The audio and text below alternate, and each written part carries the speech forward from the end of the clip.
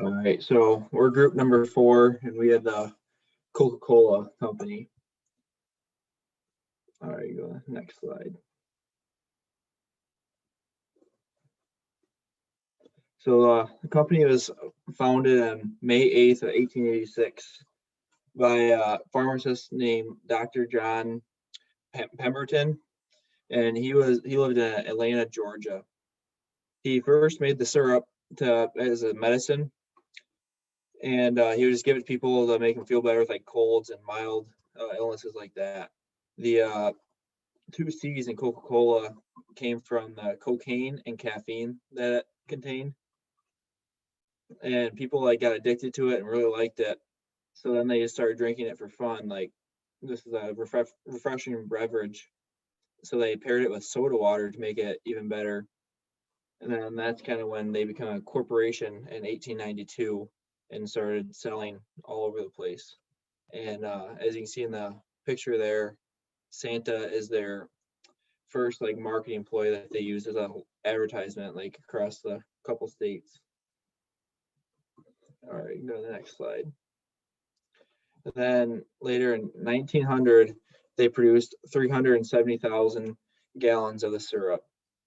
And then they started seeing some bad effects of the cocaine mixed in it, and had a lot of controversies with it being mixed in with that drug. So in 1903, they changed the formula and took the cocaine out of it. And then they still were selling a bunch of it.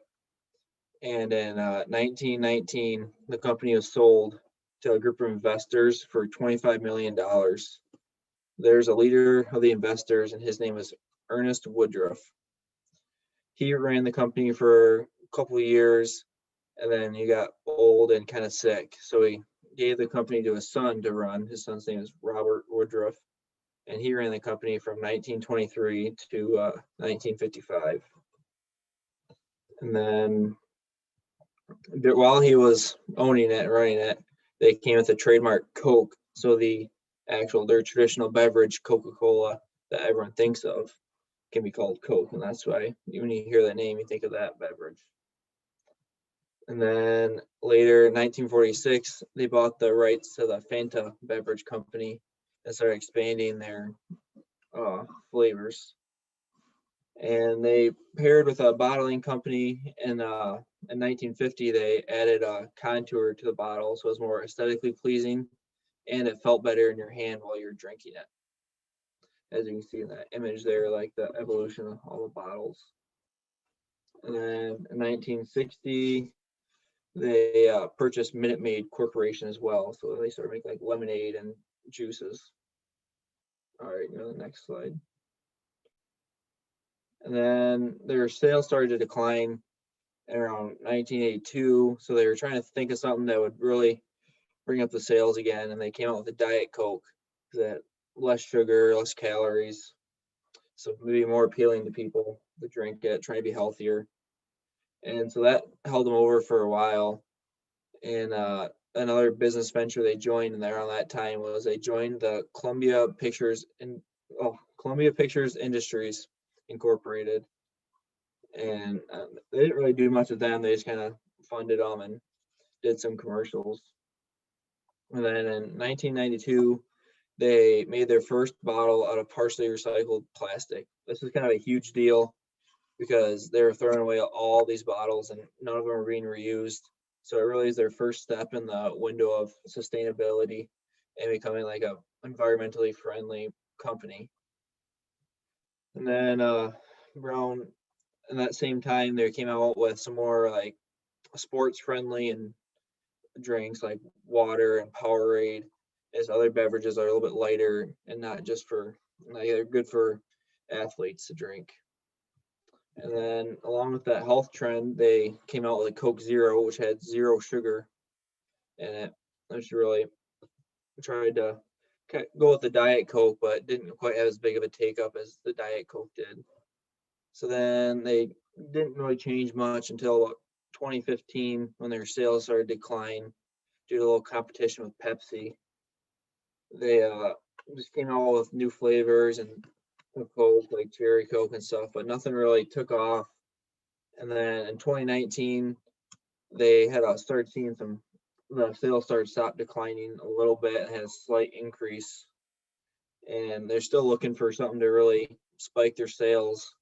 So hopefully the paper bottle that they're trying to develop right now will come out and increase their sales, because they'll be the first ones to have the paper bottle. All right.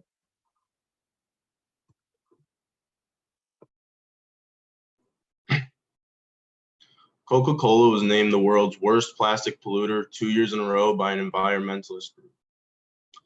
Unsurprisingly, Pepsi came in second, being Coca-Cola's main competitor. Over 200,000 tons of plastic bottles are burned every year by Coca-Cola. All right, next slide.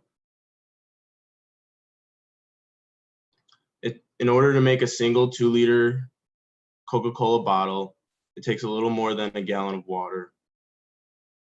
Where does this water come from, you might ask? Coca-Cola built massive bottling plants in India back in the early 2000s. Quickly, locals from the area began to realize an issue with the water supply. The water became undrinkable, causing the areas around the plant never to recover. This is known as the depletion of natural resources. All right, next slide. Coca-Cola needs to change the material they use from plastic to paper to help better the environment. This causes many challenges. One of the main ones is plastic is much more cheaper than paper and other eco-friendly materials. Basically, the company needs to minimize their global footprint while balancing that against maximizing their profits. And that means they need to improve their business while also improving their ethical duties.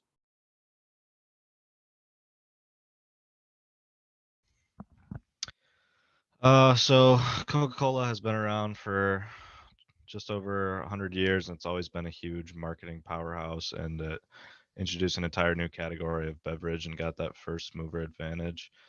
And even still today, it's the most purchased soft drink in the world, and they're they're expanding. They have over 3,900 beverage choices, and they own companies such as, or produce stuff such as Sprite, Fanta, Dasani, Minute Maid, Powerade, etc.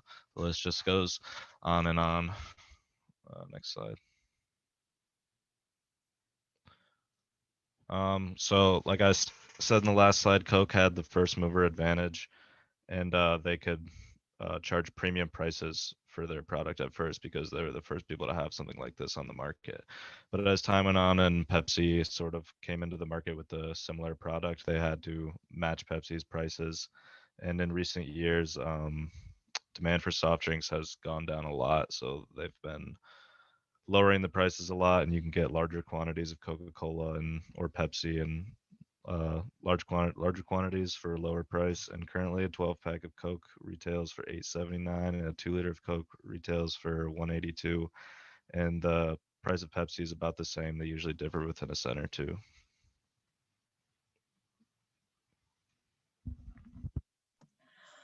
All right, so what we're going to talk about real quick is the promotional ideas for our new product that we're proposing for Coca-Cola. The product that we're proposing is Coca-Cola's lack of interest in the adult market. They've been a very family-centered organization for a very long time, and what we're proposing is that they break out into the adult market with mixed beverages, meaning containing alcohol. So moving forward, next slide, please. For our ad campaign, we'd like to broadcast this new product through avenues of social media, adult or older magazines, such as Scientific Weekly, anything that would cater to an adult market, several influencers such as celebrities, etc., billboard posters, and radio shows. All of these methods we feel will reach out to the most people possible, so that way our product has the greatest chance of grabbing a hold of that younger adult to average aged American that we're trying to sell this product to. Next slide, please. Product distribution. how we're going to get our product out there. Since Coca-Cola already can almost controls 50% of the world's beverage market, we're not really worried about how we're going to distribute it out. What we're concentrating is where we're going to try and sell it. Next slide, please. And where we're going to try and sell it, everywhere that a Coca-Cola beverage already is sold that can support a liquor license. So that's your grocery stores, your venues such as concert halls, professional sports, again, liquor stores, restaurants, and we can also sell this online with age verification, such as using driver's license or anything like that. Next. All right, so some of the strengths that the Coke company has right now is they're one of the #1 selling soda companies in the world. They also have one of the highest gross sales in the world. Right now, their marketing strategy is pretty much worldwide. They sell their product everywhere around the world. They're a very well-established company. They really have their roots in the ground and have really been selling the product for many, many years. And once they gain a customer, they usually keep them. So they have really high customer loyalty. Next slide. Some of the weaknesses that they have are they are losing their youth market to Pepsi. So Pepsi's main branding is the younger market, and it's really messing with Coke's distribution and such. Coke is really resistant to change, so they've been keeping the same marketing plan for a while. Some of their advertisements and stuff are kind of outdated. Their target market is aging. Like I said in the first slide, Pepsi's really taken that younger market from them. So Coke is having a real hard time keeping up with that. And right now they're not very environmentally friendly, but they are working on the new paper bottle. All right, next slide. Some opportunities are they are creating the new paper bottle, like in the picture, and that'll really boost their environmental footprint or decrease it, I guess. But they're working on new flavors and promoting them, so that'll really help boost their sales and try and get over Pepsi. They're improving their supply chain, so getting materials and ingredients from all around the world, and their promotion diversity. So they're really gaining and learning new ways to promote their product through like Instagram or any social media, rather than just radios and commercials like that. Some threats that they have right now, they're falling behind Pepsi, and other energy drink sales are rising also. So before only had to deal with some of the other soda companies, now they have to deal with some of these like Monster and Red Bull and stuff. Those are really gaining the younger market. And other companies are creating more flavors faster.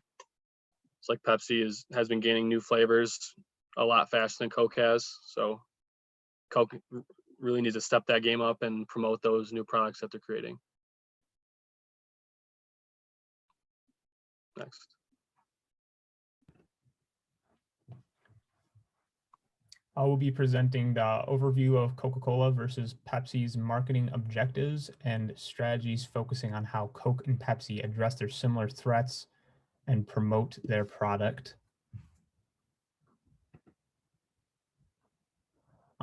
Pepsi puts a heavy emphasis on research and development for their new products to address threats of both health and also expanding on existing flavors and creating new products to grab public interest. The issue of public health has been a key factor in recent years regarding both Pepsi and Coca-Cola. The research is used to help develop a portfolio of healthier products and promotion methods to help address the public's concerns about Pepsi, and Coca-Cola also does this. Both are working to seek sustainable water supplies but compared to Pepsi's objectives, Coca-Cola goes above and beyond to address both health concerns and concerns about the environment. Coca-Cola has dedicated mission objectives regarding public health, moving towards 100% recyclable products, reducing their carbon footprint, global water protection, and providing for communities in need with sustainable water. Public health has become a big issue for both Pepsi and Coke, as previously stated. And Coca-Cola is now addressing that by promoting healthier alternatives with products like their juices, vitamin waters, and other products. And Coke also has strived to invest research into reducing sugar in Coke products without sacrificing taste. In regards to the recyclability and reducing the carbon footprint, Coca-Cola is researching new paper bottles that may help reduce waste and currently uses recycled plastic for many of their products and is trying to strive to become a more environmentally friendly company. For global water protection, Coca-Cola's main mission, one of Coca-Cola's main mission objectives is to achieve a sustainable water supply worldwide, to address issues like in India where there have been problems with sustainable water and polluting the water. The promotion of this mission is done through helping communities in need by providing water through charity.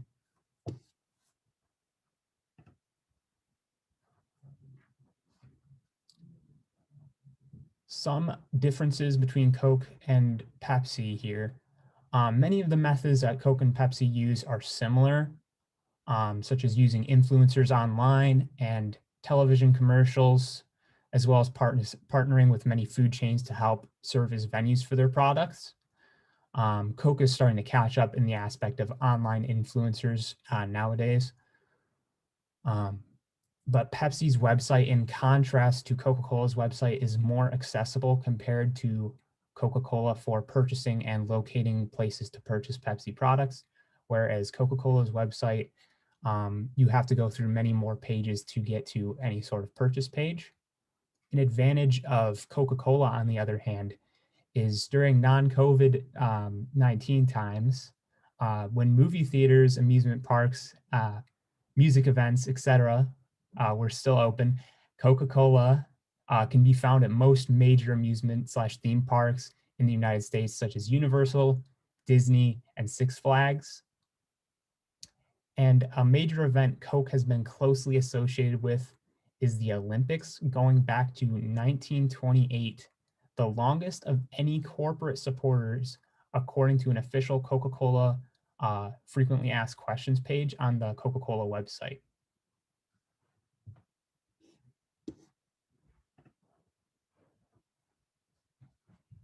And then in conclusion, Coca-Cola will likely maintain its status as a leading soft drink company if it can continue to innovate and follow its current mission objectives towards becoming a more sustainable company with the interest of a healthier world, addressing many of their previous issues regarding water sustainability and environmental damage.